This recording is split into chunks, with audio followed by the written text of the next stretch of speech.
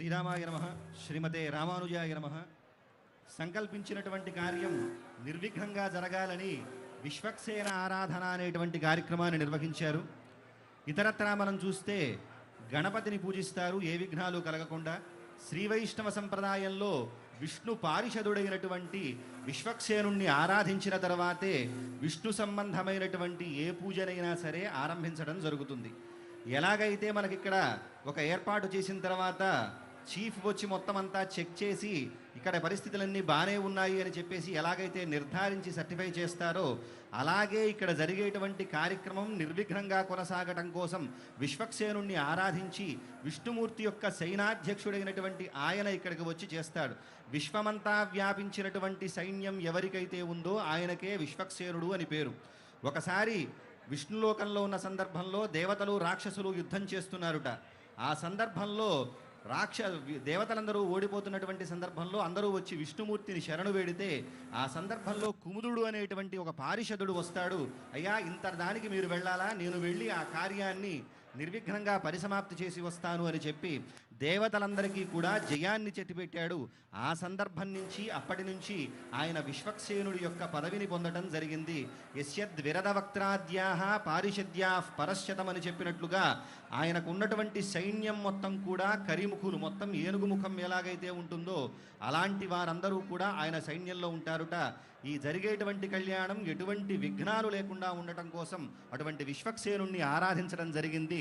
తదుపరి పుణ్యాహవాచనం అనేటువంటి కార్యక్రమాన్ని అర్చక స్వాములు నిర్వహించబోతూ ఉన్నారు. పునఃసంకల్ప్య ప్రాణాయామం కృత్వా ఓం ఓం ఓం అస్య శ్రీమదఖిలాండకోటి బ్రహ్మాండనాయకస్య దేవదేవస్య భద్రాచల సీతా లక్ష్మణ సమేత శ్రీరామచంద్రస్వామినః వసంతపక్ష నవాన్భజారోహణ త్రికళ్యాణ మహోత్సవాఖ్యే కర్మణి కళ్యాణద్రవ్యశుద్ధ్యర్థం స్థలశుద్ధ్యర్థం శాంత్యర్థం చ కర్మణః పుణ్యాహవాచనం కరిష్యే.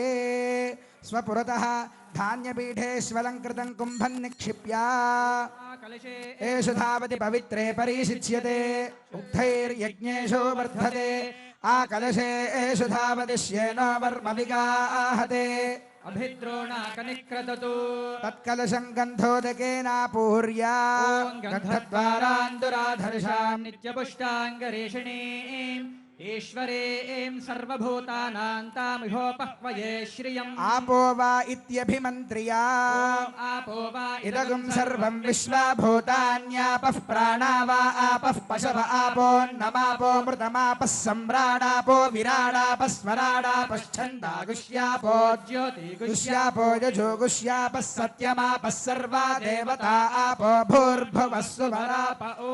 ప్రతిమా కూర్చపల్లవనవరత్నాని నిక్షిప్య ఓం కాండాత్ కాండాత్ ప్రరోహంతే పరుషః పరుషః పరే ఏవానో దూర్వే ప్రతను సహస్రేణ శతేన చ.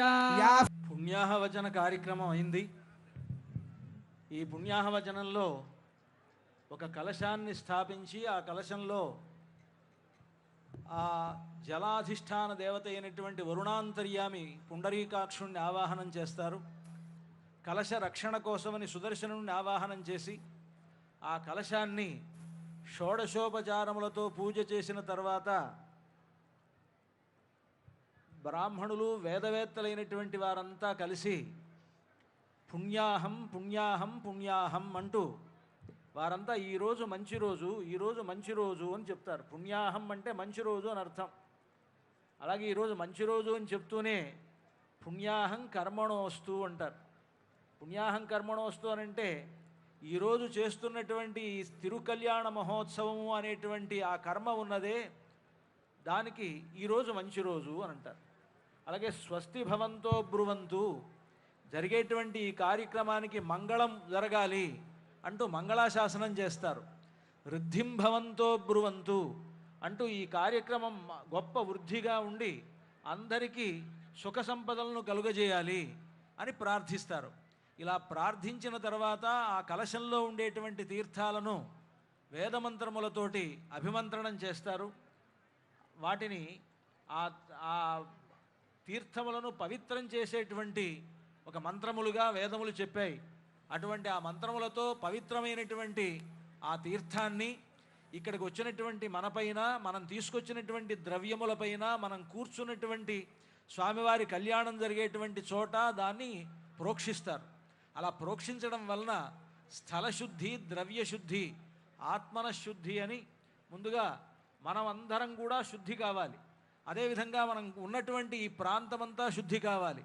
దాంతోపాటుగా మనం తీసుకొచ్చినటువంటి ద్రవ్యములు శుద్ధి అయి భగవంతునికి కైంకర్య యోగ్యం కావాలి అనేటువంటి అభిప్రాయంతో ఈ విధంగా ఈ పుణ్యాహవాచన కార్యక్రమాన్ని అర్చక స్వాములు నిర్వహించడం జరిగింది. విశ్వక్సేన పూజ